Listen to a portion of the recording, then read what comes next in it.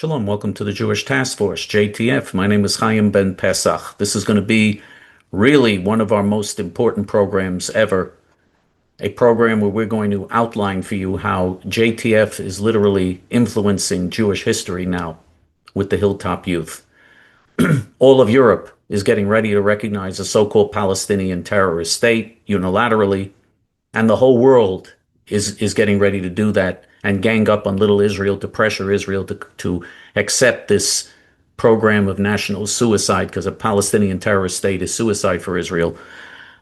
And the Hilltop youth are the only hope for stopping it. And we're going to tell you the incredible things that they're doing on the ground that give us hope for preventing this catastrophe. They're the only hope we have, and JTF is funding them. So this is a really important program. If you care about Israel at all, this program is super important. But before we get to that, this program is dedicated to Refuah Shlema, complete recovery for Shlomo ben Sarah, Ruth bat Sarah, Dorit bat Sarah, Ruven ben Shoshana, and Ashadina bat Violet. And to Ilui Neshamot, elevating of the souls for Sharon Mitman, Malka bat Meir, Allegra bat Shlomo, Daniel Nankin, Victor Hazdai, Pesach Zeb ben Dov, Lunita Adler, Shifra Hoffman, Ruven Hoffman, Barry Hoffman, Harab Mir Kahana, Harab Benjamin Kahana, Tzipora Fegi bat Liba, Yosef ben Meir, excuse me, Robert Mittman, Dennis Shore, Helen Friedman, Charles Zolat, Yair Levine, Rachel D., and David ben Avraham. All of Europe wants to recognize a so-called Palestinian state because they want Israel to be destroyed. They've always hated the Jews for 2,000 years. The Europeans massacred and raped and tortured the Jewish people and wanted the Jews dead. And now they want the Arab Muslim Nazis to do the dirty work for them because they know that a Palestinian terrorist state would be suicide for Israel. And that's what they want. They want the Arab Muslim Nazis to overrun little Israel and take control, which they know would lead to a Holocaust. So the whole world is getting ready to gang up on Israel to pressure Israel to do this. And of course, there's always a tremendous danger with our very weak and pathetic Israeli leaders there. There's always a tremendous danger that they're going to accept this. God forbid. The only force in Judea and Samaria, which is the biblical heartland of Israel, the only force acting to prevent this are the heroic Hilltop youth. The only ones. And we're going to tell you what the Hilltop youth have accomplished this past year. This is the program we're doing before Rosh Hashanah, the Jewish New Year, and we're going to recap what we've accomplished this past year. It's spectacular.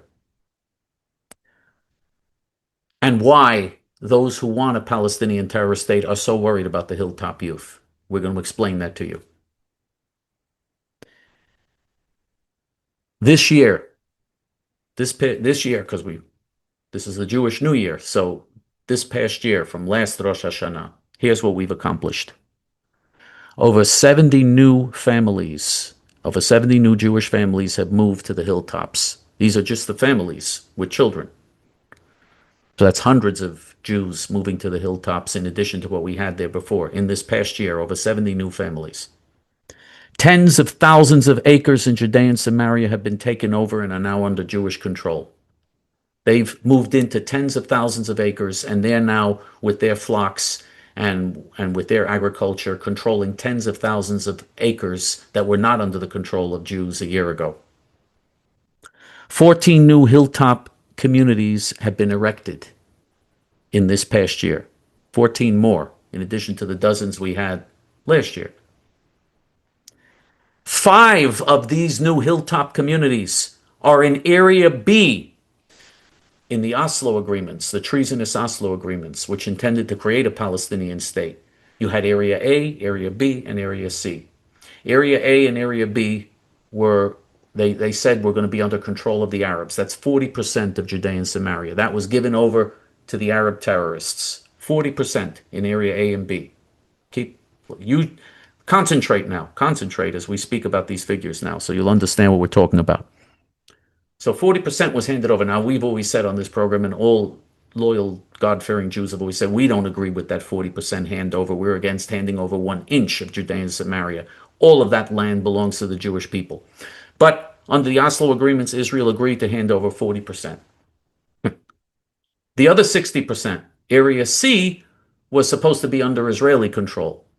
But the Arabs moved in and broke the agreement. They violated the agreement, and they started massive illegal building in Area C, which they weren't allowed to do under the agreement, and built over 80,000 illegal structures and took over a third of Area C, which was 60% of Judea and Samaria. They took over a third of the area that was supposed to be under Israeli control.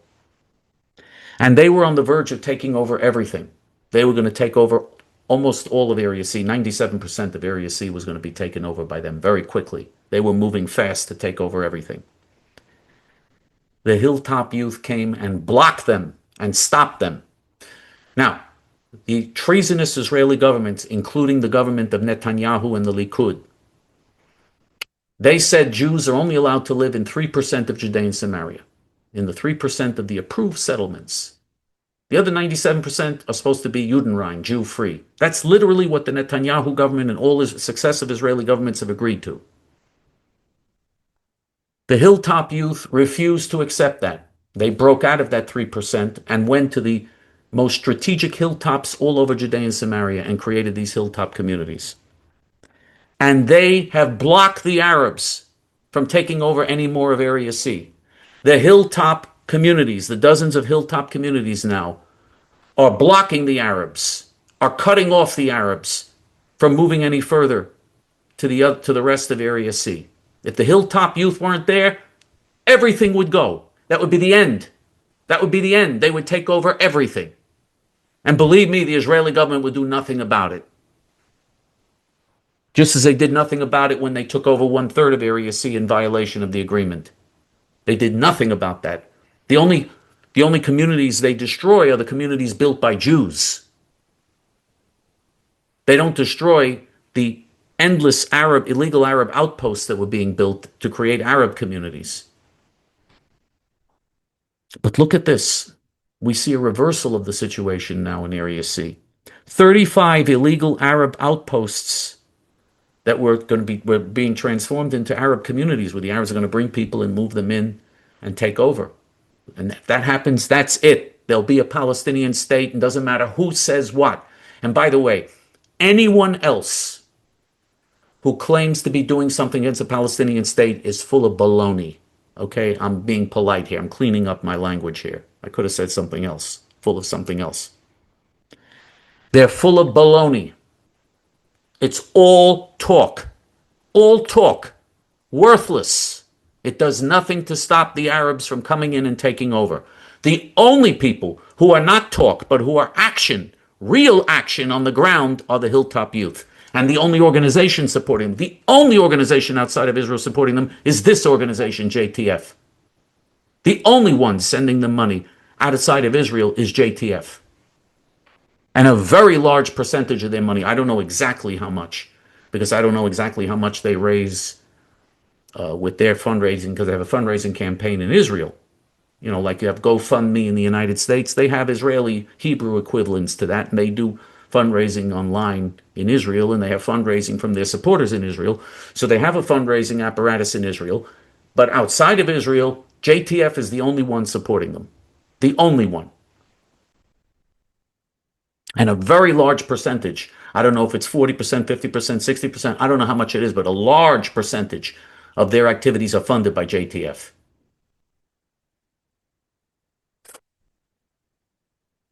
And again, they've blocked the Arabs from moving in further and taking over all of Judea and Samaria, these hilltop communities, and have caused the Arabs to abandon 35 of the illegal outposts that they set up. They set up 35 outposts to create new communities. They abandoned they abandoned all these outposts. Now have been abandoned and removed.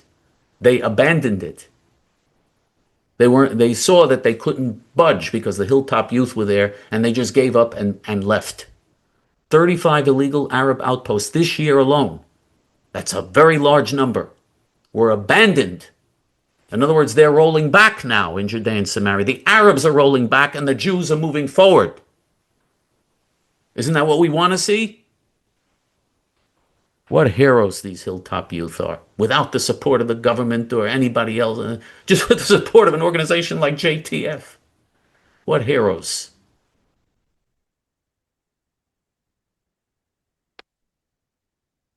And so they've gotten the Arab outposts, 35 of them were abandoned. They're rolling back now. 14 new hilltop communities were created. And again, and now here's the really big one. Here's the really big story here. 5 of the new hilltop communities, for the first time since the Oslo agreements were signed in 1993, 5 of the new hilltop communities are in Area B. That's the area that, according to Oslo, is supposed to be under Arab control. The Jews have moved into that. They've said, you broke all the agreements. We don't believe in these agreements. These agreements are invalid. We're not interested. There's null and void, these agreements. This land is Jewish land. And they've moved into Area B now. 5 new hilltop communities are in Area B, where the Arab terrorists, where the Fatah PLO terrorists are supposed to be in control. So they're not only blocking them in Area C, which is supposed to be under Jewish control, they not only are stopping the Arabs from taking over Area C, they've moved on now to Area B. And they're moving into the 40% that we spoke about, the 40% that the Israeli government gave up in the Oslo agreements. They're saying, we didn't give this up. We're moving in. This is our land. And that's part of the tens of thousands of acres that they've taken over, that the Hilltop youth have taken over with their livestock and their agricultural development, and with their flocks. They have very large flocks all over Judea and Samaria, the Hilltop youth. Now, let's understand something here. If the Hilltop youth are in the way there, that's a problem. You've got to get them out of the way to create a Palestinian terrorist state. And the danger, of course, the danger is that the Israeli government will move in and say, we're throwing you all out and we're going to create a Palestinian terrorist state. God forbid. If they do that, we're in a lot of trouble. So the question is, are we going to make the Hilltop youth strong enough so that the Israeli government will realize this is too messy and too impossible and we just can't do it? It's not practical. That's the question. Because Israeli politicians and Israeli leaders, like the leaders of the world, are practical people in the end. If they think something is impractical, just like the Arabs, 35 illegal Arab outposts, they abandoned them. They spent all this money building up and preparing, and they were going to have communities and people moving in, and they were going to have farming and everything else for the Arabs in order to consolidate Arab control over Judea and Samaria, God forbid. But they saw that they were up against the Hilltop youth. They saw the Hilltop youth are not going anywhere. And so they just left and abandoned it. Gone. And now they've been removed. Those outposts are gone. If they see resolute behavior, and if tens of thousands of Jews move in there, right now we only have several thousand Hilltop youth, but there are tens of thousands who want to join them. But we need to at least have, because they're cut off from food, from water, from electricity, from, in the winter, what are they going to do? How are they going to feed their family? How are they going to survive? They got to have something. The main problem is funding. We have the people who want to do this, but we need more funds in order to accomplish this. If enough Jews are there, you move enough Jews there, they can't have a Palestinian terrorist state. And by the way, when I use the term Palestinian, there are no Palestinians, there is no Palestine. That's all a historic bluff, lie, and hoax. There's never been a Palestine or a Palestinian people in history. Never. And anyone who says they're going to do hasbara, they're going to argue the pro-Israel, all these people who supposedly are arguing, you see all these people on the internet and elsewhere, they're arguing the pro-Israel case. What a bunch of jerks. And they all say Palestinians and Palestinians and use these terms. And West Bank, they say, jerks. They adopt all the language of our enemies. If you say there's a Palestinian people and it's a struggle between Palestinians and Jews, then the Jews become Goliath and the Arabs become David. But it's a lie. That's not what the struggle is. There are no Palestinians. It's a struggle between the Arab world, a 500 million Arabs, 500 million Arabs who surround little Israel with 7 million Jews against 500 million Arabs, plus plus Iran, plus non-Arab Muslim countries like Iran and Turkey and Pakistan, all these other Muslim countries, all against little Israel. 57 Muslim countries against one little Jewish state. That's the real struggle. And then it's clear that Israel is David and they're Goliath. But you never hear them. Only JTF tells you that. Only JTF tells you that. All the others speak about Palestinians and it's so unbelievable. If only someone would give us the real resources to become a really powerful force with lots of money. I mean, we're already a powerful force on the ground in Judea and Samaria, but if we could become a powerful force internationally in terms of the internet, if we had real resources, that would be the only way the real solid, strong, and effective Jewish argument would be made here. That's the only way. And if you want that argument to be made, you got to support JTF because we're the only ones doing this.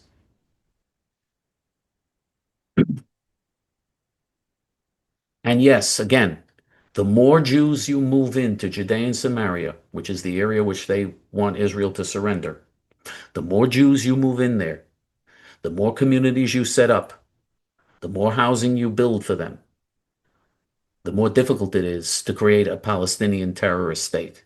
The more difficult it is to eventually remove them, and it becomes messier and more difficult and more complicated.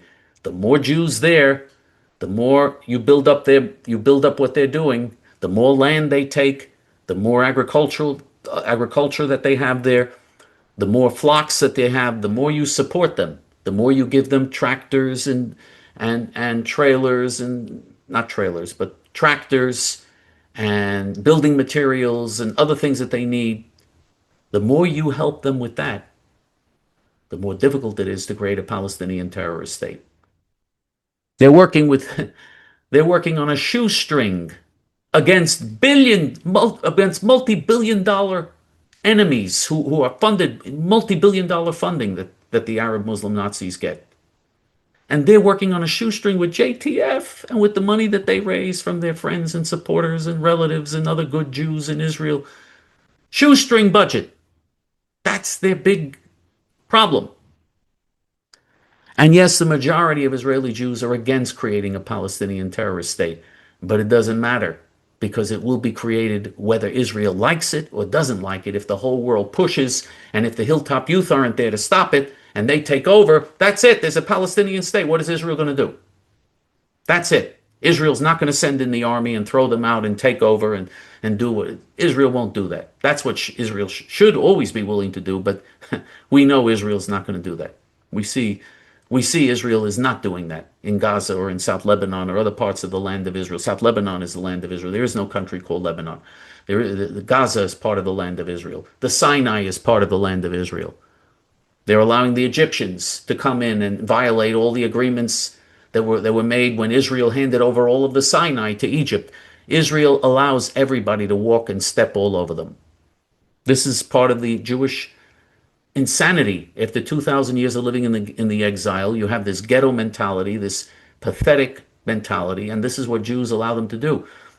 Even if Jews win on the battlefield, they lose through so-called diplomacy afterwards. They always wind up losing, no matter how well they do on the battlefield.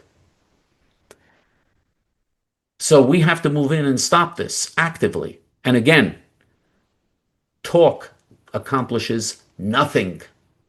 It doesn't matter. You have Knesset members who claim they're against a Palestinian state, and you have organizations that say they're against it. They don't do anything. They don't give any money to the Hilltop youth. None of them are giving money to the Hilltop youth. None of them. There are some people who support the existing settlements in the 3% of Judea and Samaria. We have the establishment settlements. Okay, that's very nice and fine, but that's not going to stop a Palestinian terrorist state, because even if you have Jews living in 3%, the other 97% becomes a Palestinian terrorist state, and you still have Israel within borders that are 6 to 9 miles wide. Israel can't survive or defend herself within those borders. That's why the Arab world, and that's why the Europeans, European Nazi Jew haters, and that's why all the Jew haters all over the world are screaming now that they want a Palestinian state.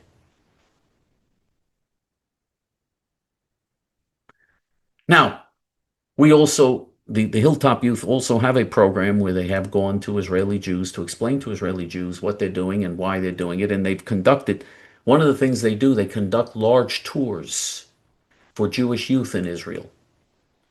They bring Jewish youth from all over Israel to Judea and Samaria and show them the beautiful communities, and it's very impressive.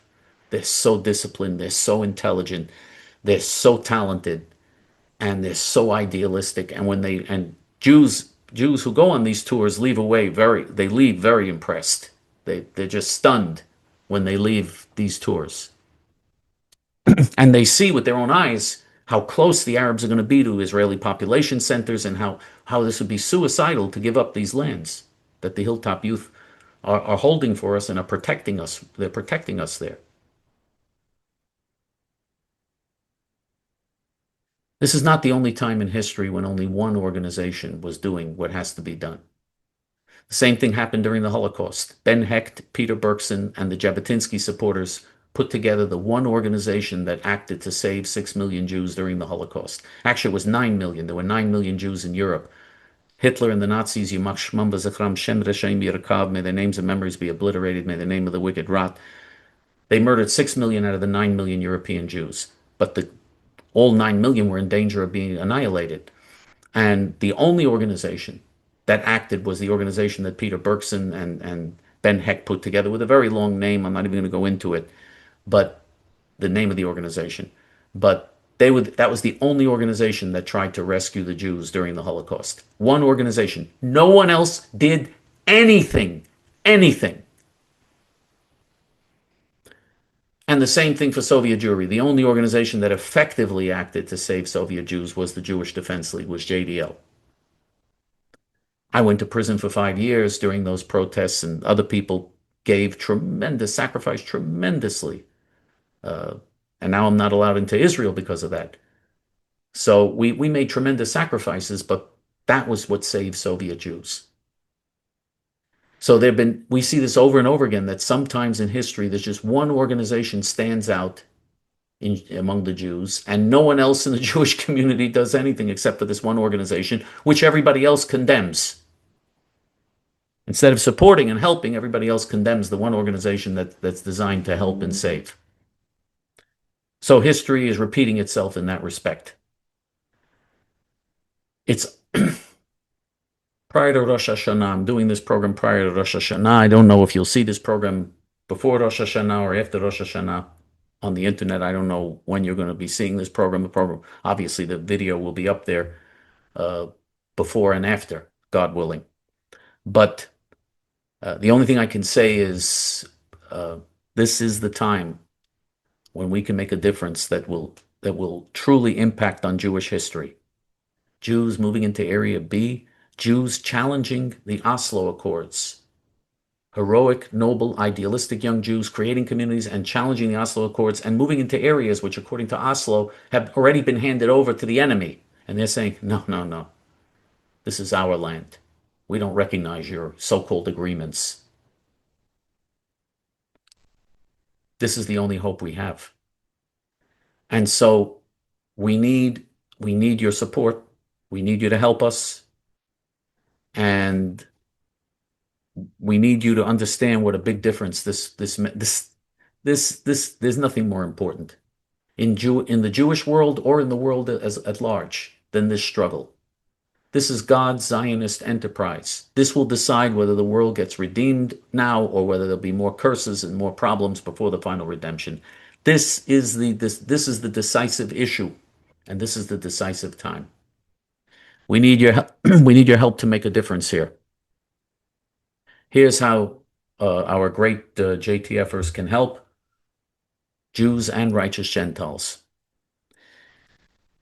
If you want to donate online, you go to our Hebrew main page, hayamin.org. And on hayamin.org, you're going to see most of the pages in Hebrew, but you'll see a donate button, a big donate button in English on top. You click on the donate button, and in several minutes, you can easily and conveniently donate. And you can make recurring monthly donations, or you can make one-time donations, or you can make both. That's if you want to donate online.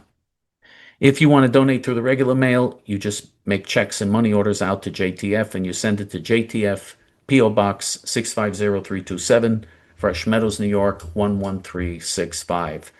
And absolutely, you should leave JTF in your will to help the Hilltop youth, to leave this a better world when you leave this world. You definitely should leave JTF in your will. The more support we give these Jewish heroes, the better chance we have for saving Israel. That's no exaggeration. You know, we came up with a slogan during the Soviet Jewry movement, and the Jewish Establishment Organization stole the slogans from us. The slogan "Never Again" was something that Rabbi Kahana and J.T.F popularized in the late 60s and early 70s. And then the slogans for Soviet Jewry. We came up with a slogan, "Their fight is our fight." That's true for the Hilltop youth in our struggle with the Hilltop youth now. It's never been more true than now. Their fight is our fight. Their fight is the fight for every Jew, that every one of you that becomes enraged when you see these demonstrations on college campuses and people waving so-called Palestinian flags, the terrorist flags, and people calling for Israel's destruction, and all the anti-Semites and all the other Jew haters that want to recognize the so-called Palestinian state. Don't get angry, get even. Do something about it. Do something about it. Remember, their fight is our fight. And the righteous Gentiles, this is the fight for the righteous Gentiles as well, because the Jews, according to the Bible, are supposed to be a light unto the nations and a holy nation, nation of priests. They're supposed to set the example for the righteous Gentiles in the world. And we can't have that unless the Hilltop youth win their victory here. That would be setting a good example for righteous Gentiles throughout the world. So this is a battle for all of us. Their fight really is our fight, and this is the time to make a difference. This is a time to send a message that we're not going to accept Israeli national suicide. We're going to strengthen the Jews that are fighting to prevent that from happening. We're going to strengthen our God-fearing, idealistic Jewish heroes. For JTF, until next week, this is Chaim Ben Pesach. Shalom.